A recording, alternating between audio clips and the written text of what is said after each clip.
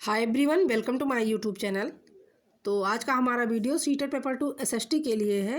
इस वीडियो में हम एसएसटी के हिस्ट्री वाले क्वेश्चन जो है कराएंगे, यानी कंटेंट वाले, जो हिस्ट्री में 15 नंबर की कंटेंट वाले क्वेश्चन आते हैं तो उसे कराएंगे। तो आप लोग वीडियो पर कंटिन्यू बने रहिए। आने वाला एग्ज़ाम जो सीटेट जुलाई में होगा तो उसके लिए सारे क्वेश्चन जो है मोस्ट इम्पॉर्टेंट है। तो चलिए देखिएगा पहला वाला क्वेश्चन। तो सबसे पहला वाला क्वेश्चन है कि तमिलनाडु के चिंगलेपुट जिले में उत्तरा मेरूर के शिलालेख में निर्धारित नियम के कारण तो निम्नलिखित में से कौन सभा के सदस्य नहीं बन सकते थे। यानी ऐसे कौन से लोग हैं कि जो सभा के सदस्य नहीं बन सकते थे कि तमिलनाडु के चिंगलेपुट जिले में तो उत्तरा मेरूर के शिलालेख में निर्धारित नियम दिया गया था कि ऐसे कौन से लोग हैं कि जो सभा के सदस्य नहीं बन सकते थे। तो चलिए देखिएगा, पहले वाले ऑप्शन में दिया गया है कि वे जिनके अपने घर नहीं थे, यानी वे लोग जिनके अपने घर नहीं थे तो वे सभा के सदस्य नहीं बन सकते थे। या बी है कि वे जिन्होंने अपना हिसाब किताब नहीं दिया था। या अगला वाला ऑप्शन देखिएगा कि 35 से 70 वर्ष की आयु के लोग। या देखिएगा ऑप्शन नंबर 4 है कि वेदों का ज्ञान रखने वाले लोग। तो देखिए कि तमिलनाडु के चिंगलेपुट जिले में जो उत्तरा मेरूर के शिलालेख में निर्धारित नियम के कारण तो ऐसे लोग सभा के सदस्य नहीं बन सकते थे कि जिन्होंने अपना हिसाब किताब नहीं दिया था। जिन्होंने अपना हिसाब किताब नहीं दिया था तो ऐसे लोग क्या थे कि वे सभा के सदस्य नहीं बन सकते थे। तो इसका राइट आंसर हो जाएगा ऑप्शन नंबर 2। चलिए देखिएगा अगला वाला क्वेश्चन। देखिए कि दंती दुर्ग जिसने हिरण्य गर्भ नामक एक अनुष्ठान किया, अब वह था। तो दंती दुर्ग जो है तो वो कौन था कि जिन्होंने हिरण्य गर्भ नामक एक अनुष्ठान किया था, तो वो कौन था। तो पहले वाले ऑप्शन में दिया गया है कि चोल राजा था, यानी दंती दुर्ग जो है जिसने हिरण्य गर्भ नामक अनुष्ठान किया था तो वो एक चोल राजा था। या राष्ट्रकूट प्रधान था। या देखिएगा ऑप्शन नंबर 3 है कि देखिए ऑप्शन नंबर 2 है प्रतिहार प्रधान था।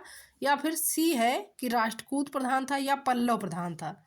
तो देखिए कि दंती दुर्ग जो है जिसने हिरण्य गर्भ नामक अनुष्ठान किया था तो वह जो था एक राष्ट्रकूट प्रधान था। राइट आंसर इसका हो जाएगा ऑप्शन नंबर 3। अब देखिएगा अगला वाला क्वेश्चन है, क्वेश्चन नंबर 3 है कि चोल साम्राज्य सभा का सदस्य बनने के लिए तो निम्नलिखित में से कौन सी एक शर्त नहीं थी। अब देखिएगा कि चोल साम्राज्य सभा का सदस्य बनने के लिए तो कौन सी एक शर्त नहीं थी। तो पहले वाले ऑप्शन में दिया गया है कि उनकी आयु 25 से 70 वर्ष के बीच होनी चाहिए, यानी ये शर्त नहीं थी। या अगला है कि उन्हें भूमि का स्वामी होना चाहिए जहाँ से भू राजस्व वसूला जाता है। या उनके पास अपना घर होना चाहिए। या उन्हें वेदों का ज्ञान होना चाहिए। तो देखिएगा कि चोल साम्राज्य का यानी चोल साम्राज्य सभा का सदस्य बनने के लिए तो इसमें पूछा गया है कि कौन सी एक शर्त नहीं थी।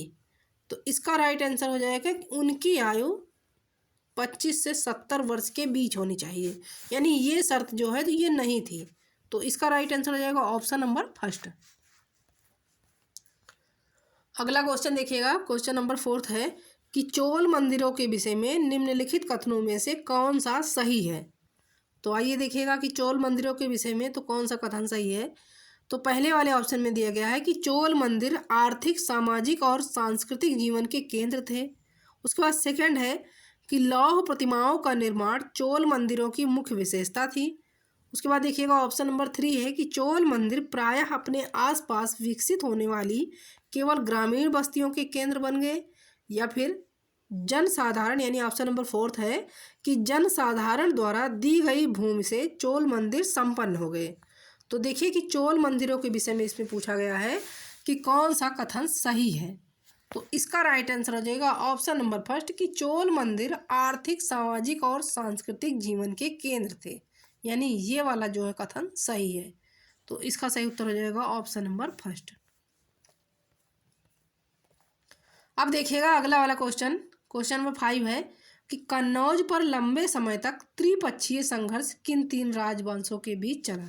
तो देखिए ये वाला क्वेश्चन जो है मोस्ट इंपॉर्टेंट क्वेश्चन है, क्योंकि ये कई बार एग्जाम में पूछा जा चुका है कि कन्नौज पर लंबे समय तक त्रिपक्षीय संघर्ष जो है तो किन 3 राजवंशों के बीच चला था। तो पहले वाले ऑप्शन में दिया गया है कि पाल, प्रतिहार, राष्ट्रकूट और चोल। या फिर पाल, राष्ट्रकूट, गुर्जर और प्रतिहार।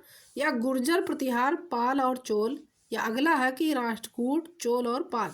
तो देखिए कि कन्नौज पर लंबे समय तक जो त्रिपक्षीय संघर्ष यानी 3 राजवंशों के बीच चला था, तो वो थे पाल, राष्ट्रकूट और गुर्जर तथा प्रतिहार। राइट आंसर इसका हो जाएगा ऑप्शन नंबर सेकेंड।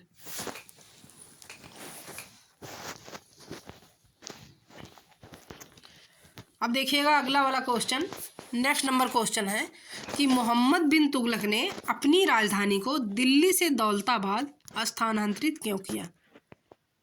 तो देखिएगा कि मोहम्मद बिन तुगलक ने अपनी राजधानी, यानी उसकी पहले राजधानी दिल्ली थी, फिर उन्होंने सोचा कि दिल्ली से दौलताबाद के लिए उन्होंने अपनी राजधानी बनाने के लिए सोचा। तो ऐसा क्यों सोचा, यानी मोहम्मद बिन तुगलक ने तो अपनी राजधानी परिवर्तन करने की योजना क्यों बनाई दिल्ली से दौलताबाद के लिए। तो देखिए पहले वाले ऑप्शन में दिया गया है कि अपने साम्राज्य को प्रभावी तरीके से नियंत्रित करने के लिए, क्योंकि दौलताबाद जो था तो वो केंद्र में स्थित था। या अगला देखिएगा कि उत्तरी भारत से उसे पर्याप्त राजस्व प्राप्त नहीं हो रहा था। या नेक्स्ट है कि मंगोलों से बचने के लिए।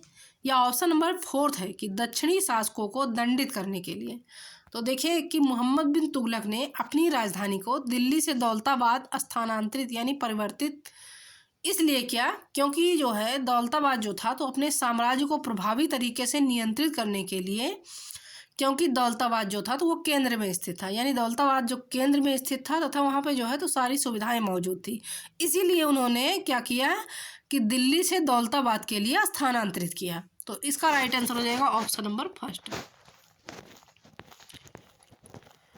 अब आइए देखिए अगला वाला क्वेश्चन है कि खान अब्दुल गफ्फार खान ने उत्तर पश्चिमी सीमांत प्रांत में शक्तिशाली अहिंसक आंदोलन चलाया, अब जिसे डाट डाट के रूप में जाना जाता है। तो देखिए कि खान अब्दुल गफ्फार खान ने तो उत्तरी पश्चिमी सीमांत प्रांत में शक्तिशाली अहिंसक आंदोलन चलाया, तो जिसे किस रूप में जाना जाता है। तो पहले वाले ऑप्शन में दिया गया है कि राम रहीम आंदोलन के रूप में, सेकंड है खिलाफत आंदोलन के रूप में, उसके बाद ऑप्शन नंबर 3 है कि खुदाई खिदमतगार आंदोलन के रूप में, या फिर ऑप्शन नंबर 4 है कि पख्तून आंदोलन के रूप में। तो देखिए कि खान अब्दुल गफ्फार खान ने उत्तर पश्चिमी सीमांत प्रांत में शक्तिशाली अहिंसक आंदोलन चलाया, जिसे जाना जाता है खुदाई खिदमतगार आंदोलन के रूप में। इसका राइट आंसर हो जाएगा ऑप्शन नंबर 3।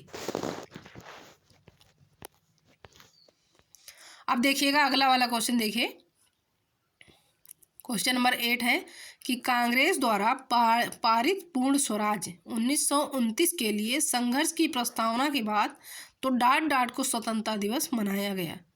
तो कब मनाया गया था कि जब कांग्रेस द्वारा पारित पूर्ण स्वराज 1929 के लिए संघर्ष की प्रस्तावना के बाद तो स्वतंत्रता दिवस कब मनाया गया था। तो पहले वाले ऑप्शन में दिया गया है कि 15 अगस्त 1930 को, सेकंड है 26 जनवरी 1930 को, थर्ड वाला है कि 1 जनवरी 1930 को, या फिर फोर्थ है कि 2 अक्टूबर 1930 को। तो देखिए कि कांग्रेस द्वारा पारित पूर्ण स्वराज 1929 के लिए संघर्ष की प्रस्तावना के बाद तो स्वतंत्रता दिवस जो मनाया गया था तो वो मनाया गया था 26 जनवरी 1930 को स्वतंत्रता दिवस मनाया गया। राइट आंसर इसका हो जाएगा ऑप्शन नंबर 2।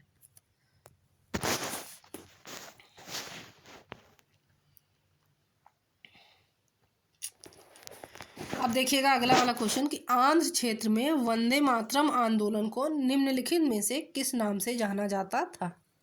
तो देखिए कि आंध्र क्षेत्र में वंदे मातरम आंदोलन को पूछा गया है, तो निम्नलिखित में से किस नाम से जाना जाता था। तो पहला वाला ऑप्शन है कि सविनय अवज्ञा, उसके बाद सेकंड है खिलाफत, थर्ड वाला है असहयोग, तथा ऑप्शन नंबर 4 है स्वदेशी। तो देखिए कि आंध्र क्षेत्र में वंदे मातरम आंदोलन को तो इसे जाना जाता था असहयोग आंदोलन के नाम से। राइट आंसर इसका हो जाएगा ऑप्शन नंबर 3। अब आइए देखिएगा अगला वाला क्वेश्चन है कि रॉलेट अधिनियम यानी रॉलेट एक्ट 1919 का विरोध किया गया था क्योंकि।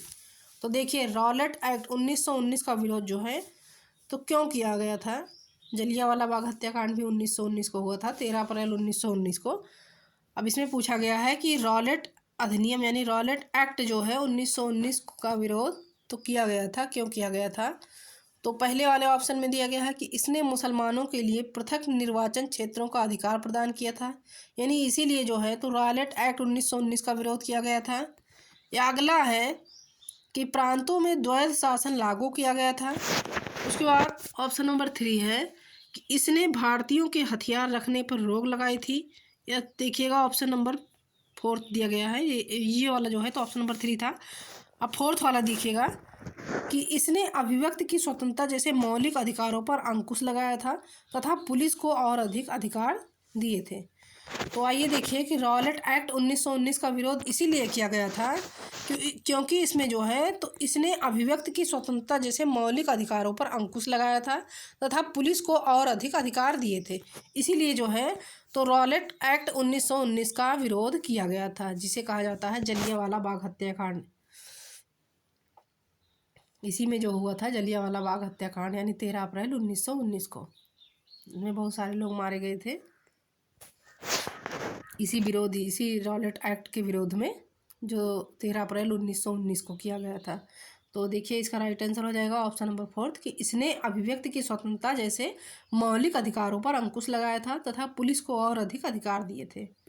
तो सही उत्तर इसका हो जाएगा ऑप्शन नंबर 4। अब देखिएगा अगला वाला क्वेश्चन देखिए कि 19वीं शताब्दी के दौरान ज़्यादातर लोगों को लगता था कि शिक्षा से स्त्रियां बिगड़ जाएगी।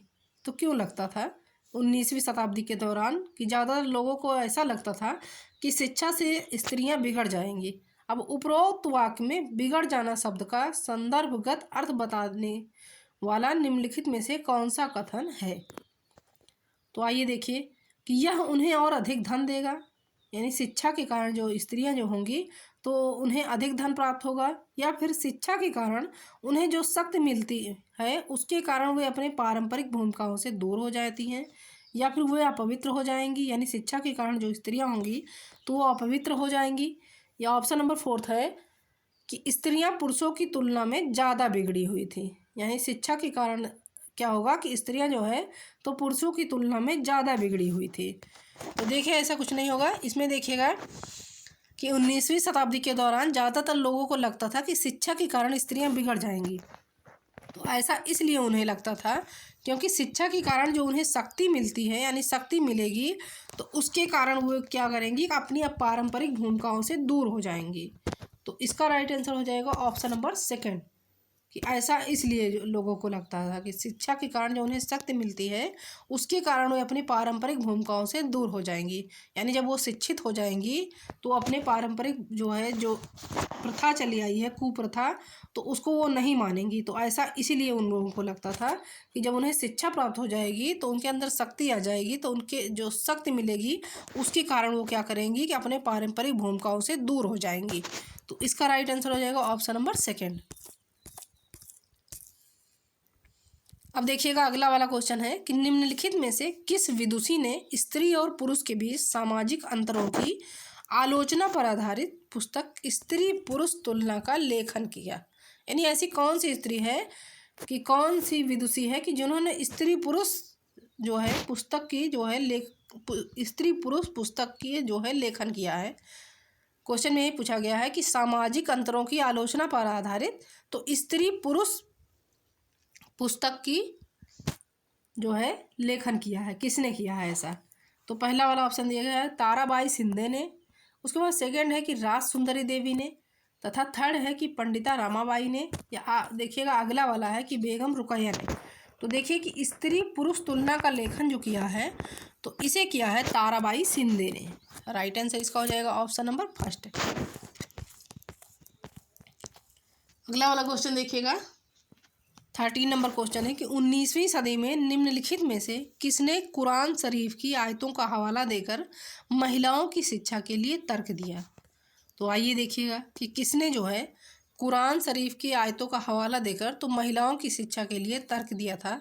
तो पहले वाले ऑप्शन में दिया गया है कि रुकैया सखावत हुसैन ने दिया था, या अगला है मुमताज़ अली ने, थर्ड वाला है कि सैयद अहमद खान ने, या फिर ऑप्शन नंबर 4 है जियाउद्दीन बरनी ने।